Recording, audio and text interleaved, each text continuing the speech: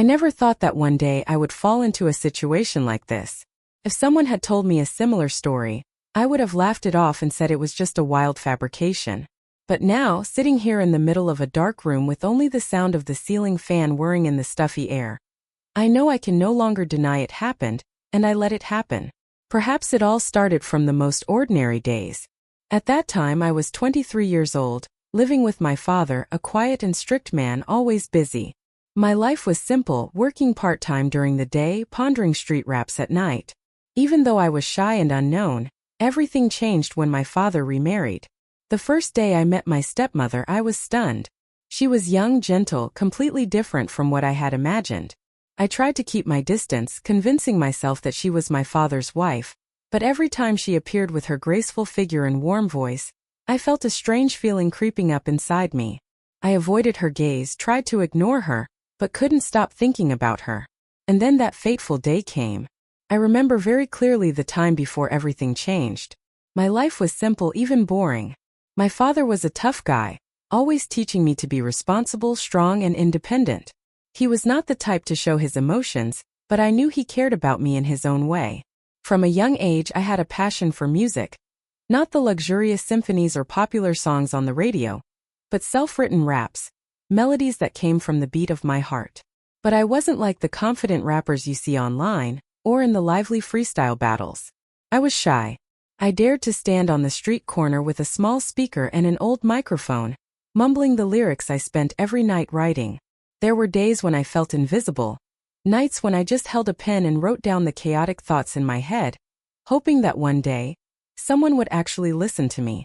My father never opposed my passion, but he never supported it either. To him, music was just a hobby, a frivolous thing that I should give up to find a more stable job. "Daniel, you can't live with those songs forever. You have to think bigger." I had heard that sentence hundreds of times, but I didn't want to give up. Then one day my father told me he was getting married again. I didn't know how to react. I was used to having only the two of us in this house, and now suddenly, another woman would enter our lives. I didn't object, but I wasn't excited either. I just nodded and continued with my unfinished music. The first time I met her was one afternoon in London, when I walked into the house after a long day at the cafe. She was already sitting there on the sofa in the living room. Her soft brown hair, bright eyes, and gentle smile took me by surprise. I hadn't expected her to be so young. If someone hadn't said anything, I might have thought she was just a friend of mine, not my father's new wife. "Hello Daniel, I'm Sophia." I heard my voice say a small hello, then quickly walked back to my room. But in my head that name kept echoing, Sophia. In the following days, I tried to adapt to her presence in the house. Sophia was not the cold or distant type. She always tried to care for me in the most gentle way. But that gentleness made me confused. I didn't know how to behave. I couldn't see her as a mother, but I couldn't see her as a stranger either. Every time I looked at her, I felt a tear in my heart. Then one night when I was drifting off to sleep, I heard music coming from the living room. I looked at the clock. It was past 11 p.m. I didn't understand who would play music at this hour. But then I realized it was Sophia. I tiptoed out of the room, hiding behind the door to observe. Under the soft yellow light, she was practicing yoga. Each movement graceful like a dancer, her tight-fitting exercise shirt embracing her soft figure, her white skin glistening with sweat under the light. I shouldn't have looked, but I couldn't turn away. A strange feeling crept into my body, a feeling I had never experienced before. I quietly returned to my room, my heart pounding. That night I couldn't sleep. From that day on, I began to be more aware of Sophia's existence. I felt embarrassed every time I saw her at dinner, and felt short of breath when I accidentally touched her hand while passing the plate of food.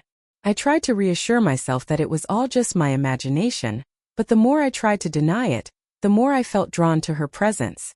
I didn't know what was happening to me. I didn't know if this feeling was wrong or not. All I knew was that for the first time in my life, I felt both scared and excited by a woman. My father was away on a business trip, and Sophia was probably napping or out. I walked in quietly, placed my keys on the table, and headed straight to the living room. And then I saw her. Sophia was lying on the sofa, her eyes closed, breathing evenly. She was wearing a thin nightgown, slightly shorter than usual, revealing her long legs in the soft light coming through the window. My heart started beating faster. I knew I should turn away, pretend I hadn't seen anything, and leave immediately. But my body refused to move. I stepped closer, one step at a time. I couldn't take my eyes off her delicate face, her smooth white skin, her soft lips slightly parted as if she was lost in a dream. I swallowed hard. And then, as if driven by some unseen force, I leaned down and gently placed a kiss on her cheek. At that moment, Sophia opened her eyes. I froze, feeling as if my heart had stopped. I waited for an angry reaction, a scolding, or worse, a slap. But nothing happened.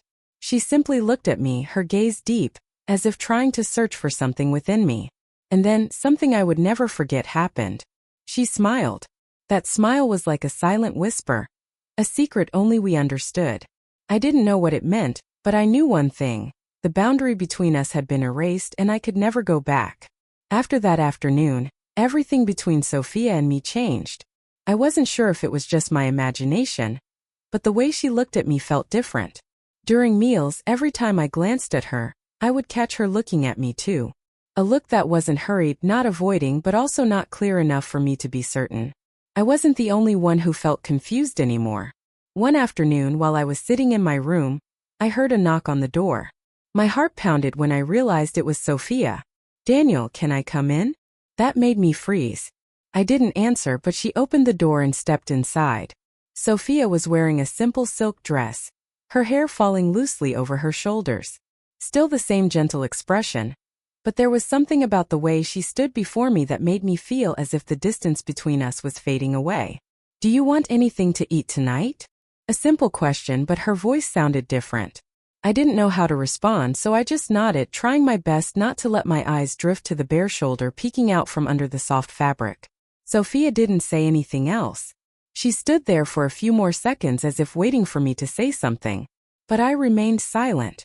Then she left, leaving a faint scent in the air. I didn't know what was happening to me. I started having dreams about Sophia. Dreams that woke me up in the middle of the night, my heart racing, sweat pouring down as if I had just run a long distance. I reminded myself that this was wrong, that I shouldn't think about her this way. But the more I tried to forget, the more haunted I became. Then the day came. It was late at night, my father was still not home, and it was just me and Sophia in the house. I sat in my room trying to concentrate on writing music, but I couldn't. I heard footsteps outside in the hallway, the sound of water running in the bathroom, and then the door opening. I didn't know what compelled me to step out of my room, but when I did, I saw Sophia standing right there in front of my door. She looked at me, her eyes soft yet mysterious. I said nothing. She said nothing. Time seemed to freeze. Then very slowly Sophia moved closer to me. I could feel her warm breath, see every detail of her face in the dim hallway light. I should have stepped back. I should have stopped before it was too late. But I didn't. I don't know who touched first. All I know is that the moment my lips met hers, the world around us disappeared. No more reason, no more hesitation. Just warmth, desire, and an intensity one had never felt before. She didn't push me away. She didn't say we should stop. Instead, she kissed me back. And that night, we crossed a line that should have never been crossed. The next morning when I woke up, the room was still dim. A gentle breeze from the window swayed the curtains, casting faint shadows on the wall. I lay in bed, eyes wide open, still feeling the familiar warmth lingering on my skin. Beside me, Sophia was still asleep. Her hair was slightly spread over the pillow, her lips slightly parted, looking strangely peaceful. But I didn't feel peaceful at all. I felt suffocated, as if the walls of the room were closing in on me. What had I just done? I tried to recall every moment of the night before. The first kiss, the way she whispered my name in my ear, the touch of her skin that shattered my reason. There was no force. No hesitaste. We both knew what we were doing, but that didn't mean it was right. I swallowed hard, slowly getting out of bed. I needed to leave, needed fresh air, needed time to think. But as I stood up, a gentle hand reached out and grabbed me. Sophia's voice rang out, soft but full of emotion. "Daniel." I stopped in my tracks as I felt her fingers wrap gently around my wrist. When I turned back, her eyes were on me, deep, unreadable.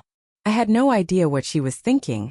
I didn't know if I should say anything, but then she simply squeezed my hand, pulled me closer, and placed a soft kiss on my lips before whispering, "Don't think too much." It was meant to comfort me, but it only left me more confused. In the days that followed, neither of us spoke about what had happened, but we both knew things had changed. My father still hadn't come home. It was just the two of us in the house, and the tension between us only grew stronger.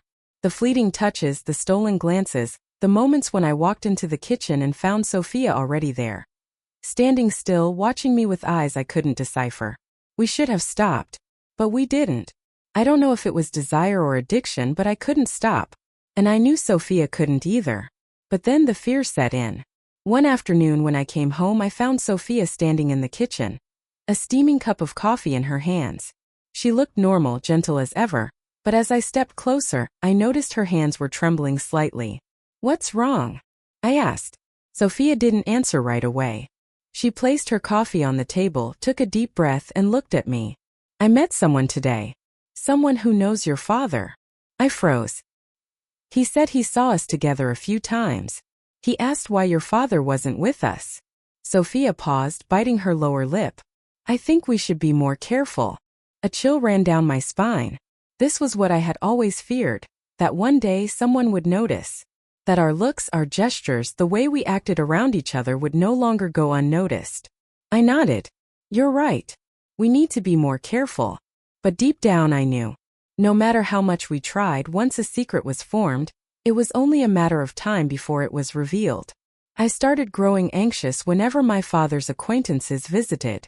I began noticing if anyone stared at us too long, if anyone asked too many questions. But the worst part wasn't the fear of being caught. It was the fact that I didn't want to stop. I knew this couldn't go on forever. I knew that one day we would have to face the consequences. But the only question was when? And was I ready for that day? People say that what you fear most eventually finds you. And yes, our secret was revealed. That day, the house felt colder than usual. When I stepped inside, I saw him, my father, sitting on the sofa, his expression unreadable, more serious than usual. Sophia sat across from him, her hands resting lightly on her lap, fingers unconsciously clasped together. I felt my stomach drop. "Daniel, sit down." His voice was low, almost emotionless. Not angry. And that terrified me even more. I slowly sat down, my heart pounding so hard I could hear it in my ears. I glanced at Sophia, but she wouldn't meet my eyes. That made me even more uneasy. My father exhaled sharply, then placed an envelope on the table. "I got this in the mail this morning." I looked down. It was a stack of photos. My hands trembled as I reached for one. In the pictures, Sophia and I weren't doing anything explicit, but it was enough. The exchanged glances. The accidental touches that weren't so accidental. Another photo showed us at a nearby cafe. Again, nothing outright incriminating, but our faces were too close. Too intimate. I didn't know who had taken them, but my father didn't need me to explain. He already knew. "How long?" His voice was still eerily calm. I couldn't answer. Neither could Sophia. The silence stretched on. Then my father let out a short, humorless laugh. "I thought I could trust you." He turned to Sophia, his voice low and bitter. "Turns out I was wrong." Sophia finally spoke. "He's not at fault." I turned to look at her, startled, but she still wouldn't look at me. My father scoffed. "So you take all the blame?" Sophia didn't answer. A heaviness settled in my chest. I wanted to say something, to explain. But how? There was no explanation that could change the truth. I had betrayed him. My father stood up. His eyes were cold. "Both of you, get out of my house." His words cut through the air like a knife. Sophia closed her eyes, as if she had expected this. Without a word, she stood up and walked back to her room to pack her things. I sat there, frozen. A part of me wanted to beg, to apologize, to say something that could undo this moment. But there was nothing left to say. "Why are you still here?" My father's voice was empty. "You are no longer my son." The words hit me harder than I ever could have imagined. For a long time I couldn't move. Then finally I stood up. I walked into my room and stuffed a few clothes into my backpack. I didn't have much. But right now I didn't care. I didn't know where I was going. All I knew was I couldn't stay here anymore. When I stepped out of my room, Sophia was already standing by the doorway, holding a small suitcase. She wasn't crying. Neither was I. There was nothing left to say. We walked out of the house that had once been my home. The door closed behind us. Forever. That night we left town. We didn't know where we were going, only that we couldn't go back. I drove in silence and Sophia sat beside me, staring out the window. She didn't speak. Neither did I. We had only each other. But was that what we truly wanted? After a few hours of driving, we stopped at a small roadside hotel. I got us a room, and as the door closed behind us, the weight of everything finally hit me. I turned to Sophia. She was sitting on the edge of the bed, hands clasped together, her gaze distant. I wondered if she regretted it. Did I? I walked over and sat down next to her. I wanted to say something to comfort her, to make the distance between us feel less suffocating. But I couldn't find the words. In the end, Sophia broke the silence. Do you think we were wrong? Her question left me speechless. I wanted to say no. I wanted to say it was the circumstances, that we couldn't control our emotions. But deep down I knew that was just an excuse. We were wrong. I clenched my fists. I don't know. Sophia turned to look at me, her eyes filled with sadness, but also resolve. We can't go back. I nodded. Yeah. We moved to another city. No one knew who we were. No one questioned our relationship. We became a secret. A story no one knew. But secrets don't erase the past. Some nights I lay awake, wondering what my life would have been like if I had never crossed that line. Would I still be my father's son? Would I still be able to look at myself in the mirror without feeling that invisible ache? Did I love Sophia? Maybe. But does love justify everything? I'm not sure. We kept moving, kept pretending that everything was fine. But no matter how far I ran, I could never escape that question. Did I do the right thing? And if it were you, would you forgive me?